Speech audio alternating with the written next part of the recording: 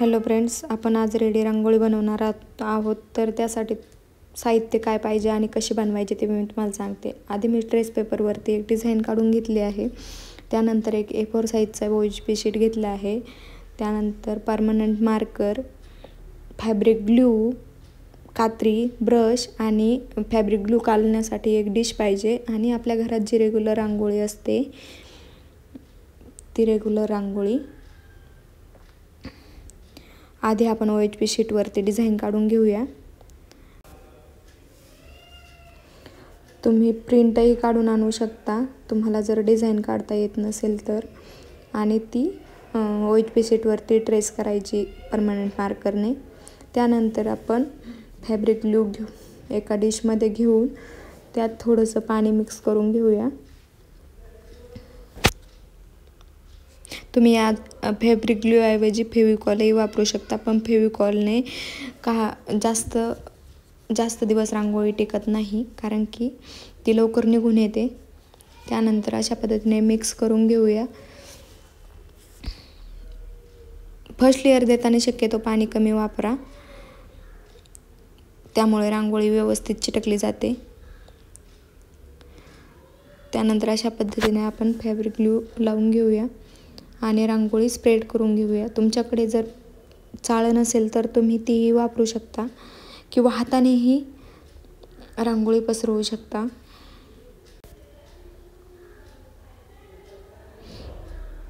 एक पेपर घेऊन व्यवस्थित दाब देऊन घ्यायचा, म्हणजे रांगोळी व्यवस्थित चिटकली जाते. आणि एक्स्ट्रा रांगोळी साईडला काढून घ्यायची. तुम्ही तुमच्या आवडीचे कुठलेही कलर वापरू शकता. ही रांगोळी खूप काळ टिकते, फक्त वॉशेबल नसते, म्हणजे तुम्ही याला धुवू शकत नाही. त्यानंतर सेकंड पार्ट कंप्लीट करायचा, कारण की सगळे पार्ट सोबत कंप्लीट केले तर रांगोळीचे कलर एकमेकात मिक्स होतात. त्यामुळे प्रत्येक वेळी एक एक पार्ट असा कंप्लीट करून घ्यायचा. आणि पोझिशन ज्या साईडने आपण रांगोळी टाकली आहे त्याच साईडने एक्स्ट्रा रांगोळी काढायची, कारण की मग दुसऱ्या कलरमध्ये ती मिक्स होत नाही.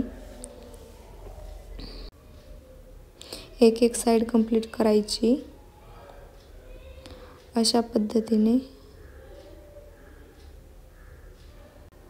ही सर्कल रांगोळी तुम्ही समयासन म्हणून सुद्धा वापरू शकता, म्हणजे याच्या मधोमध समय ठेवायची, किंवा मग याच्या साईडने वेगवेगळे फ्लावरही ठेवू शकता.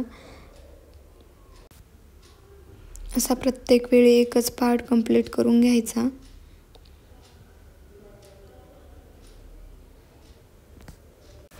रेडी रांगोळी एक खूप छान कन्सेप्ट आहे, त्यामुळे टाईम खूप वाचतो.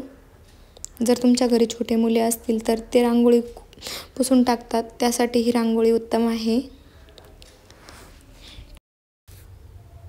रेडी रांगोळीमुळे वेळ, मेहनत आणि रंग सगळ्यांचीच बचत होते.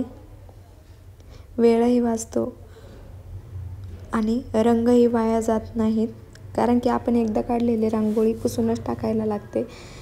तर ही रांगोळी आपण पुन्हा पुन्हा यूज करू शकतो. त्यानंतर फर्स्ट लेअर झाल्यानंतर आपण फॅब्रिक ग्लूने सेकंड लेअर देऊन घ्यायचा. फर्स्ट लेअर सुकल्यानंतरच आपल्याला सेकंड लेअर देता येतो, कारण की रांगोळी ओली असताना जर आपण रंग दिला तर फर्स्ट लेअर पुसून जातो. त्यामुळे शक्यतो 1-2 तास सुकून दिल्यानंतरच सेकंड लेअर देऊन घ्या.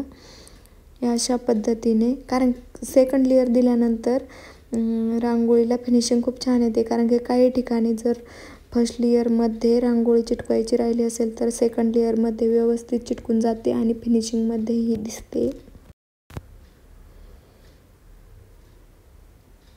अशा पद्धतीने सेकंड लेअरलाही प्रत्येकी एकच पार्ट कंप्लीट करायचा प्रत्येक वेळी, त्यामुळे कलर एकावर एक मिक्स होत नाहीत. अशा पद्धतीने प्रत्येक वेळी एक पार्ट कंप्लीट करून आपली डिझाईन कंप्लीट करून घ्यायची. तुम्ही पाहू शकता मी प्रत्येक वेळी एक पार्ट कंप्लीट केला आहे, त्यामुळे कलर मिक्स होत नाहीत एकमेकात.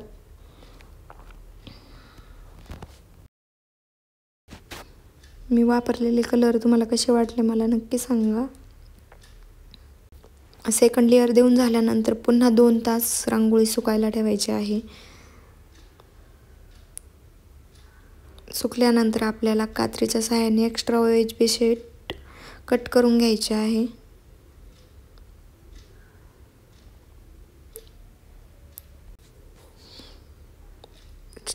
कुठल्याही स्टेशनरी शॉपमध्ये तुम्हाला OHB शीट 5 रुपयाला A4 साईजचे मिळते आणि 15 रुपयामध्ये A3 साईजचे मिळते. म्हणजे A3 साईज A4 साईजपेक्षा टिबल मोठी असते.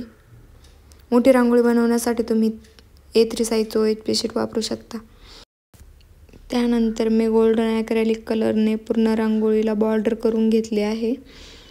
तुम्ही पाहू शकता. मी बनवलेली रांगोळी तुम्हाला कशी वाटली मला कमेंट करून नक्की सांगा. आणि याच्या साईडने जे फ्लावर ठेवले आहेत ते तुम्हाला मी नेक्स्ट व्हिडिओमध्ये बनवून दाखवते. ते पाहण्यासाठी माझ्या चॅनलला लाईक, शेअर आणि सबस्क्राईब नक्की करा. Thank you for watching.